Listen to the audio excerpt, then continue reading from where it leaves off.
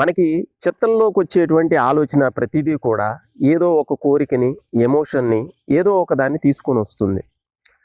దాని విషయం పట్ల అంటే మనకు ఈ చిత్తంలోకి వచ్చే ఆలోచన మనకి కింద చక్రాల వైపుకి లాగుతుందా, పై చక్రాల వైపు తీసుకెళ్తుందా అనేటువంటి స్పృహ లేకుండా ఉండేవి చాలా. మనకి జంతువులు జనరల్గా వాటికి స్పృహ అనేది ఉండదు.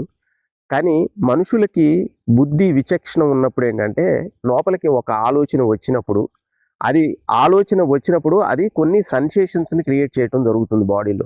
ఆ సెన్సేషన్స్ అనేవి కింద చక్రాల వైపు జరుగుతున్నాయా, పై చక్రాల వైపు జరుగుతున్నాయా? జనరల్గా దైవానికి సంబంధించి, సాధనకు సంబంధించినటువంటి సెన్సేషన్స్ ఏవైతే ఉంటే చిత్తంలోకి వచ్చినప్పుడు అవి పై చక్రాల వైపు తీసుకెళ్తాయి. అదే గనక కామానికి సంబంధించి, ఆకలికి సంబంధించి, అహంకారానికి సంబంధించి రకరకాలైనటువంటి కోరికలు ఏవైతే ఉన్నాయో అవి కింద చక్రాల వైపు నడిపిస్తూ ఉంటాయి. కాబట్టి మనం దీన్ని అప్రమత్తంగా గమనికలో, చిత్తంలోకి ఏ ఆలోచన వస్తుంది అనేది గమనికలో ఉన్నప్పుడు ఏంటంటే వాటిని సాక్షిభావంతో అలా చూస్తూ ఉన్నప్పుడు ఆటోమేటిక్గా ప్రకృతి యొక్క నియమం ఏంటంటే ఏది కూడా ఇక్కడ స్థిరంగా ఉండదు. కాబట్టి ఆ కోరిక కూడా శరీరం మీదకు వచ్చి మీరు సాక్షిగా చూస్తుంటే అలాగే వెళ్ళిపోతుంది.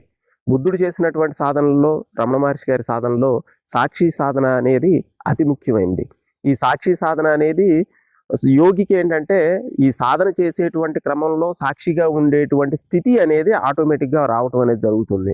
అప్పుడు లోపలికి వచ్చిన కోరిక నేను అనుకోడు, దాంతో తాదాప్యం చెందడు. శరీరం మీదకి వచ్చినటువంటి సెన్సేషన్స్కి ఆనందం ఉంది, సుఖం లేకపోతే దుఃఖం అనేది కూడా ఆలోచించకుండా దాన్ని సాక్షిగా చూడటం జరుగుతుంది. అప్పుడు కర్మ అనేది తొలగి వెళ్ళిపోవటం జరుగుతుంది.